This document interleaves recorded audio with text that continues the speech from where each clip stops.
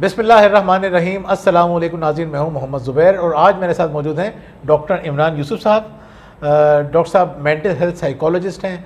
आप उन्हें different TV programmes में देख सकते हैं, लेकिन आज जब हमारे चैनल पे हैं तो हम बात करेंगे मेंटल हेल्थ के हवाले से, नफ्सियाती मसाइल के हवाले से और लोगों के जहनों में जो गलत फहमियाँ हैं उसके हवाले से और उसका क्या इलाज हो सकता है उसके हवाले से। मेरा पहला सवाल आपसे ये कि लोग जाते क्यों नहीं है माहिर नफ्सियात के पास? दुनिया भर में जहाँ जहाँ तालीम का रेशो बढ़ रहा है वहाँ तो लोग जाते हैं और ख़ास तौर पे जाते हैं जहाँ उनको प्रॉब्लम होती है, वो एक्सपर्ट से रुजू करते हैं, मसला हल होता है, ज़िंदगी चल पड़ती है।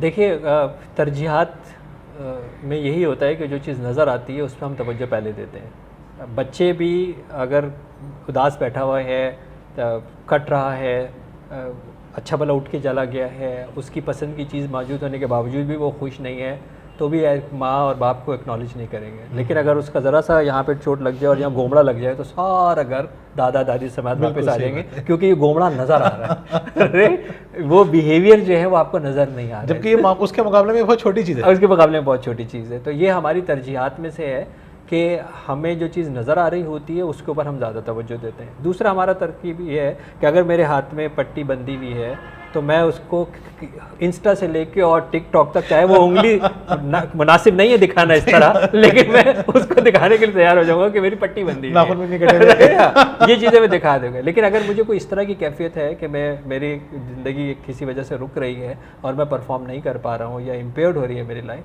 वो मैं नहीं बताऊँगा ना मैं शेयर करूँगा कि एक टैबू है कि मेरे ऊपर ये चीज़ें लग ना जाए। पहली बात तो ये है कि जहनी सेहत ही मुकम्मल सेहत है, और जहन अगर मेरा सही नहीं है, सेहतमंद नहीं है, तो आप यकीन माने मैं कुछ भी नहीं कर सकता। ना मैं प्रोडक्टिव हो सकता हूँ, ना मैं प्रोएक्टिव हो सकता हूँ, मैं ज़िंदगी के अंदर फ़ाल किरदार अदा कर सकता हूँ, क्योंकि मेरा जहन जो है वो सेहतमंद नहीं है।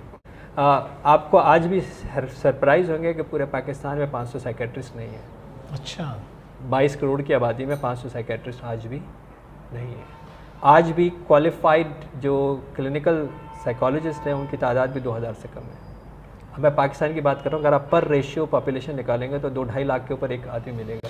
तो दोस्तों यहाँ पर हम थोड़ा सा रुकते हैं। अब सवाल मेरा आपसे यहाँ पे ये, बच्चों के भी मसाइल हैं और दूसरे भी बहुत सारे मसाइल हैं, इंसान के अपने बहुत सारे मसाइल हैं।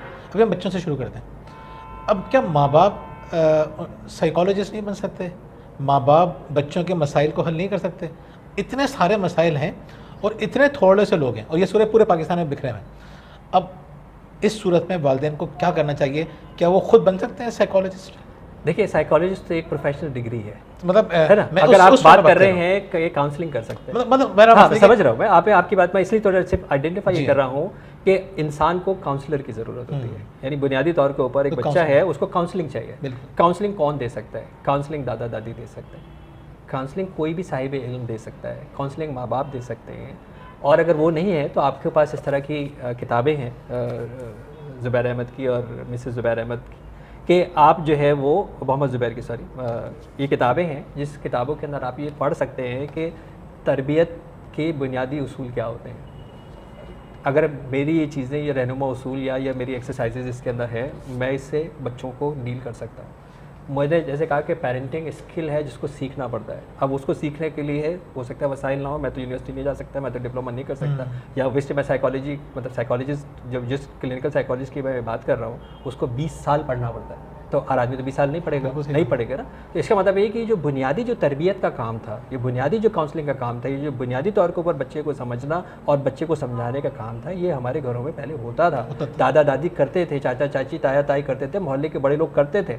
लेकिन अब वो क्योंकि वो पूरा सिस्टम टूट फूट का शिकार है, तो फिर मैं आपको कहूँगा कि आप इस तरह की किताबों का मुताला करें, आप जो है वो जाएँ और इनको पढ़ें। इतना वक्त तो आप इनमें इन्वेस्ट कर सकते हैं ना, या जिस तरह के आपके जो है वो चैनल्स हैं जिसमें आप इस तरह की बातें बताते हैं, इस तरह की आप उनसे जो है वो बातें करें। हाँ, अब जब आपको ये समझ में आ रहा है कि ये मसला हमारे से हल नहीं हो रहा, राइट, ये मसला हमारी इस तमाम इल्म हासिल करने के बाद या अप्लाई करने के बाद नहीं हो रहा, और अब ये बच्चे को पढ़ने के बैठने के बावजूद भी याद नहीं हो रहा, तो अब मार नहीं हो सकती, मार पिटाई जो है वो नहीं हो सकती, ट्यूशन का बोझ जो है वो नहीं डाला सकता। और खुदारा स्कूल चेंज करने से पहले क्यों ना उसको एक ऐसे माहिर ज़हनी सेहत के पास ले जाएं, क्यों ना उसको एक चाइल्ड साइकोलॉजी के पास लेके चले जाएं, जाके वो आपको एग्जैक्टली बता दे कि आपके असेसमेंट करने के बाद कि आपके बच्चे की जहनी उम्र ये है, आप उसको 11 साल का समझ रहे हैं, वो हो सकता है 6 साल का हो। तो आप उसको अगर आप लोड डाल रहे हैं तो आप ज़्यादती कर रहे हैं। वो आपके सब्जेक्ट्स आइडेंटिफाई करके बताएगा, वो आपको लर्निंग पैटर्न्स आपको जो है वो बताएगा, वो आपको उसको प्रोसेसिंग जो है वो बताएगा कि ये परसीव कैसे करता है, ये एनालाइज कैसे करता है।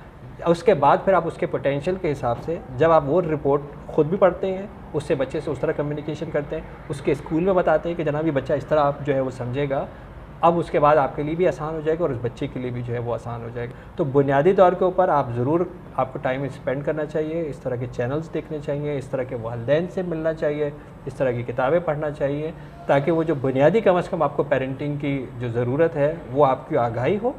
कोशिश ये करें कि अगर इंडिविजुअली भी अपने इलाके में कहीं भी जाते हैं तो आपको ये पता होना चाहिए कि साइकेट्रिस्ट क्या कर सकता है, न्यूरोलॉजिस्ट क्या कर सकता है, क्लिनिकल साइकोलॉजिस्ट क्या कर सकता है। इतना आपको ज़रूर आगाही होनी चाहिए कि भाई आप वैसे भी थोड़ी सी सर्च करते हैं ना। मुझे ये बताइए कि आप कहेंगे यार मैं पढ़ा लिखा नहीं हूँ, लेकिन मैंने आज तक घुटने का इलाज किसी आँख के डॉक्टर से करते हुए नहीं देखा। इतना सेंस इतना तो होना है ना। हाँ, होता है ना। तो ये भी आप सेंस करें कि मैं जिसके पास जा रहा हूँ क्या ये वाकई इसका इलाज करता है, राइट, और उसका डोमेन है या नहीं है, बराह रास्त पूछें। ये पेशेंट का हक है कि वो अपने डॉक्टर से पूछे कि ये मुझे क्या हुआ है, आप क्या करेंगे और इससे मैं कैसे सही होऊंगा, ये उसका हक है।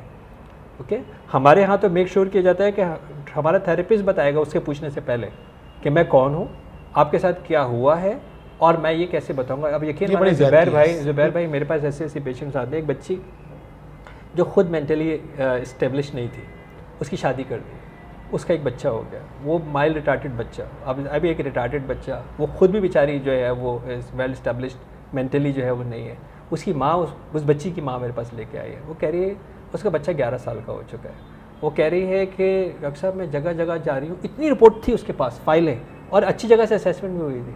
वो बच्ची मुझसे पूछ रही थी कि मेरे बच्चे, मुझे कोई यही नहीं बताता कि मेरे बच्चे को क्या हुआ है, और ये मुझे ये भी कोई नहीं बताता कि ये मेरा बच्चा सही कैसे होगा। और वो रिटार्टेड बच्चा है, वो कभी सही नहीं हुआ। अब आप ये अंदाज़ा करें कि वो खुद भी एक ज़हनी तौर पे स्टेबल नहीं है, और 11 साल से उस बच्ची घूम रही है और उसको आप ये कम्युनिकेट नहीं कर पा रहे कि उसको हकीकत जो है वो बताएं, और उस हकीकत से उसको फिर उसकी ट्रेनिंग करें। तो इसका मतलब है कि उनको भी जिनके पास वो गई, या तो उनको खुद भी नहीं पता, वो असेसमेंट सही कर, पता भी है तो टाइम नहीं दे रहे, पता भी है तो टाइम नहीं दे रहे।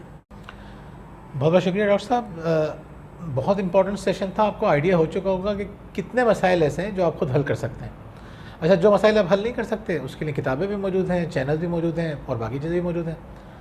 और वो भी अगर मसला हल नहीं कर सकती तो आपको ये भी पता चल गया होगा कि फिर आपको कहाँ जाना है। स्टेप बाय स्टेप चीज़ें होती है ना। तो मेरे ख्याल में ये बड़ी प्रोडक्टिव डिस्कशन थी, बहुत सारे लोगों को फ़ायदा हुआ होगा, और फ़ायदा आपको असल फ़ायदा उस वक्त होगा जब इन चीज़ों को इसी तरह फॉलो करेंगे इस तरह बताया गया है।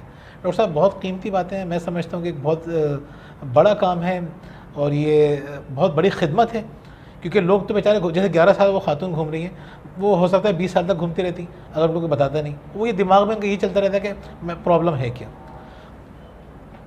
जानना ज़रूरी है, समझना ज़रूरी है, और मेरे ख्याल में आगाही के लिहाज से डॉक्टर साहब ने जो बातें बताई हैं वो बहुत कीमती हैं, इन बातों पर अमल कीजिए इंशाल्लाह। फिर और मैं आपको जो है ज़ुबैर भाई आप खराज तहसीन पेश करूँगा आपको भी और वजिया बहन को भी, कि एटलीस्ट आपने अपनी किताबों के ज़रिए लोगों को जगाना तो शुरू किया।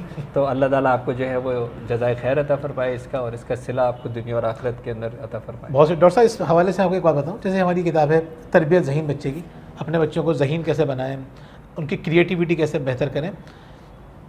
एक तो मेरा ताल्लुक़ रिसर्च से, तो मैंने 1 साल से ज़्यादा इसके ऊपर रिसर्च की माशाल्लाह, और उस दौरान मैंने कोई काम नहीं किया, यानी सिर्फ मेरा एक काम था किताब।